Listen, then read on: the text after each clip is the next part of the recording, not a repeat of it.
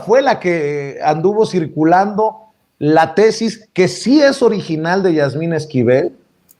Y bueno, aún así siguen aferrados contra la ministra de la Suprema Corte de Justicia de la Nación, porque sería una victoria, así me lo imagino que lo piensan en la oposición, si la tumban. Mi querida Gela Huerta, platicábamos, compartíamos, intercambiábamos mensajes durante el día.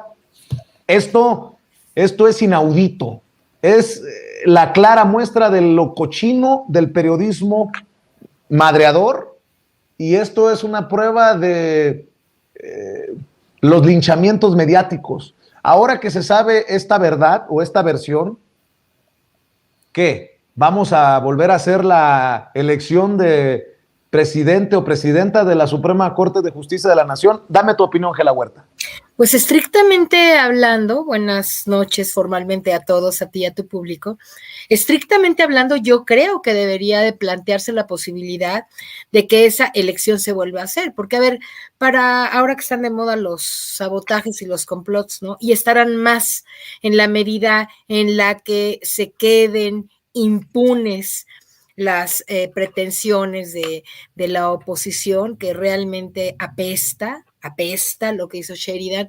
Por supuesto, eso no lo hizo Sheridan solo, por supuesto, como Jairo lo decía también un poco la vez pasada, ¿no? ¿Quién fue a leer todas las tesis y a darse cuenta de que había dos iguales? Pues es obvio que ahí hay un complot, ¿no? Es obvio que alguien se organizó, muy probablemente con la propia señora que renunció, ¿cómo se llama? La asesora, porque es quien sabía, yo lo dije la vez pasada, ¿verdad? Así que ahora sí que quedó grabado afortunadamente. Yo sabía que había habido un fraude internamente y no fue de la ministra, fue de la asesora, y muy probablemente la asesora recibió, digo probablemente, ¿verdad? Porque no estoy segura, pero es una hipótesis, que la asesora pudo haber recibido mucho dinero para hacer alguna trampa de esta naturaleza y poner en la palestra a la posibilidad de que Yasmín sea la próxima presidenta de la Suprema Corte. Ese es un golpe brutal, ¿sí? Brutal a la Cuarta Transformación, porque la Suprema Corte puede, en muchos sentidos, es un poder, ¿no? Es una parte muy importante del Poder Judicial, y el hecho de que esté en manos de la oposición, pues ayuda brutalmente a la oposición. Por ejemplo, si quieren implementar un fraude electoral en el 23 y en el 24, no tenemos manera de desarticularlo si la oposición gobierna el Poder Judicial, y es así como, por eso era tan importante el tema Yasmín Esquivel. No es cualquier cosa quién es el poder que manda en el Poder Judicial, ¿no? Y hoy es la oposición. Entonces, el tema era muy grave, yo creo, y es muy grave, porque entonces ahora sabemos que Yasmín Esquivel es inocente, que fue plagiada. Ella fue plagiada y trampeada, ¿verdad? Sin saberlo, porque, a ver, de pronto, 20 años después, resulta que alguien sale y tiene una tesis igual que la mía, ¿no? Y que entonces yo ya soy, no, yo no sé absolutamente nada, yo hice mi tesis, le consta a todos, a los, como el caso de ella, ¿verdad? A los sinodales, a los que participaron en la definición del tema, etcétera, etcétera. A ella, hasta donde a ella le compete, ella sabe que ella hizo su tesis y ahí está.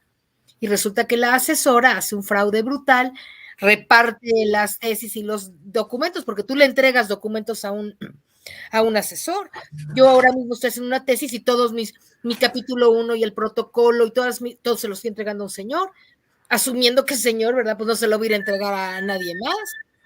Pero si va y se lo entrega a alguien más y alguien más se titula antes que yo, ¿de quién es el fraude? Del otro señor y del asesor, no mío.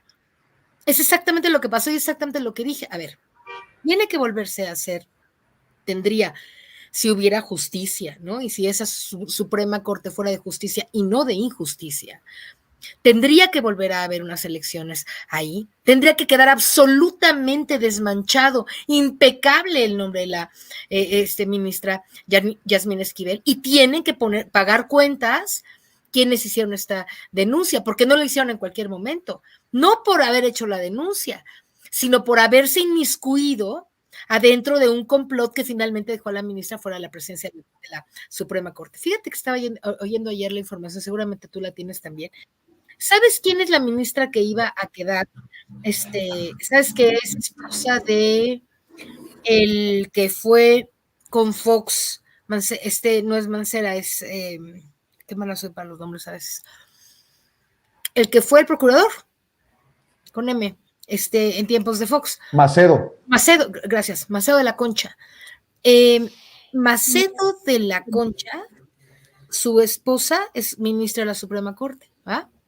O sea, imagínate a los poderes del foxismo, del panismo, que están insertados en aquella lugar de las injusticias, ¿verdad? Que está ahí impregnado de eso y ahora con una presidenta que claramente, creo yo, ¿verdad? Hay quien tiene dudas, yo no las tengo, puede o va a favorecer más los intereses de otros que los de esta cuarta transformación. Es muy grave, Sheridan. Los que hicieron las denuncias en este momento de la historia, pues a lo mejor no se tipifica ningún delito, yo no soy abogado, pero qué pertinente, pero qué sucio, pero qué mal, ¿no? Que no se haga nada, porque esta impunidad, ¿sabes por qué sigue ocurriendo? Porque no tienen costos. Una cosa es que al presidente no le gusten los rencores, ni tenga resentimiento, y qué bueno que es una persona tan sana mentalmente respecto a los asuntos del pasado. Y otra cosa es que haya impunidad, ¿no? Y yo creo que de alguna manera, ojalá la ministra proceda, tiene que actuar para que este expediente quede totalmente limpio y además tenga una oportunidad, pues si el pueblo lo pidiera, no sé, hay que pedir una consulta, algo, ¿no? Que el pueblo pida que se vuelva a hacer una elección en la Suprema Corte, porque la que se hizo sobre un supuesto que ahora sabemos que es falso, que lo sabíamos muchos sabíamos que ese supuesto desde antes era falso, que ella no había cometido ningún fraude, pero que por culpa de ese fraude se ensució lo que no mancha tizna, ¿verdad? Se ensució su imagen para el momento y era muy difícil que fuera ministra. Hoy es perfectamente posible que sea ministra y quien siga levantándole falsos debería de ir a la cárcel. No solamente derecho de réplica a cada persona que está mintiendo respecto a la ministra Yasmín Esquivel, sino, oye, que entonces cualquiera puede decir cualquier mentira y no le pasa nada. Qué horror, ¿no? Qué horror que haya una impunidad tan brutal en nombre de la libertad de expresión.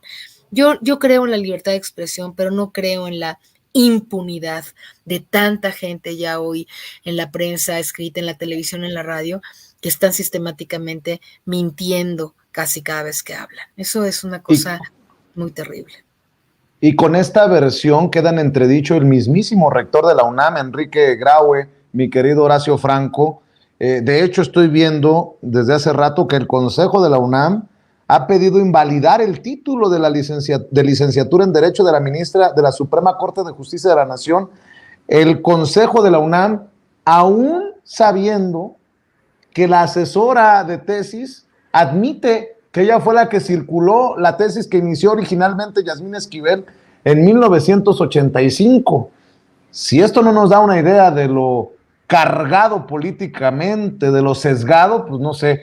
Dame tu opinión, Horacio. Mira, yo creo que aquí la gran perdedora de todo, pues es la UNAM y la reputación de la UNAM, no del estudiantado ni del profesorado de asignatura que tanto hace por subir el nivel y que son los que más trabajan y que son los que, pues son los guerreros, ¿no? Los obreros de la UNAM. Los maestros de asignatura, los alumnos que están allí, me merecen todo el respeto.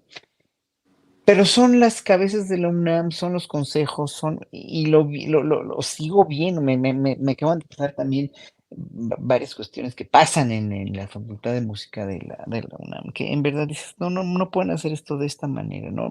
Mira, nada más con comparar los sueldos de los maestros de asignatura, que ya lo ha dicho el mismo presidente en las mañaneras y que ya lo he enunciado aquí, ¿no?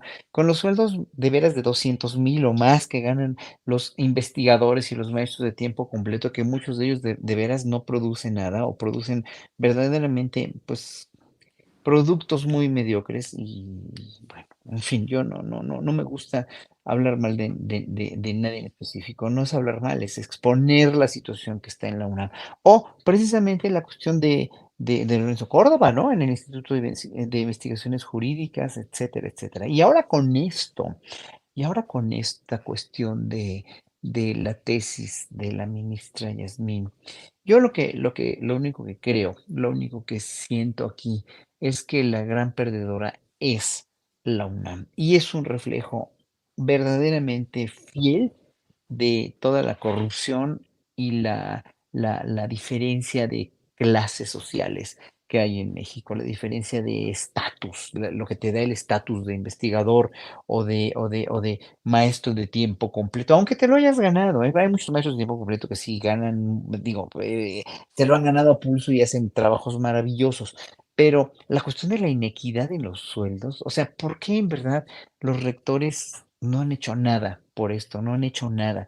Y la cuestión pues también de cómo se las gastan en las direcciones o cómo se las han gastado en las direcciones de difusión cultural, etcétera, etcétera, donde pues con presupuestos antes muy onerosos, muy onerosos en administraciones anteriores, verdaderamente se echaban la casa por la ventana en el lujo de la miseria, ¿no? Con la Filarmónica de la UNAM, los sueldos de los solistas y de los directores en administraciones anteriores eran verdaderamente ridículos, ¿no? Cuando a un maestro, como digo, cuando a un maestro de asignatura le convendría más tener una plaza de afanador de que hace la limpieza en los baños que tener una plaza y trabajan verdaderamente maravilloso. Y entonces, obviamente, hay una gran inequidad. Y con esto que se está saliendo a la luz, con esto que está en boca de todos y que es una vergüenza para la cuestión académica de la UNAM, para la cuestión de corrupción de la vida académica de la UNAM, pues es obviamente pues echarle más, o sea, que la gente sepa precisamente pues que su autonomía universitaria pues no les va a servir de mucho si siguen así, ¿no? O sea, y no puede violarse la autonomía, pero pues deberían de empezar un poquito a poner sus barros a remojar, ¿no? Si yo fuera el rector en ese sentido, pues obviamente sí, ya tomaría otra actitud, ¿no? Lo bueno es que, bueno, ya viene otra rectoría, ya viene otra cuestión, pero pues espero que no se queden así en la UNAM, el mismo consejo que va a elegir al rector pues que además que las propuestas de rector sean propuestas que valen mucho, que valgan la pena y que empiecen una reforma también, una renovación, precisamente un movimiento de renovación en la UNAM que mucho le hace falta, ¿no? Como a otras universidades como la de Guadalajara, como pues, muchas otras universidades, la de Hidalgo también, por ejemplo. Que bueno, pues son, como digo, son reflejos verdaderamente fieles de la triste, triste, triste realidad mexicana.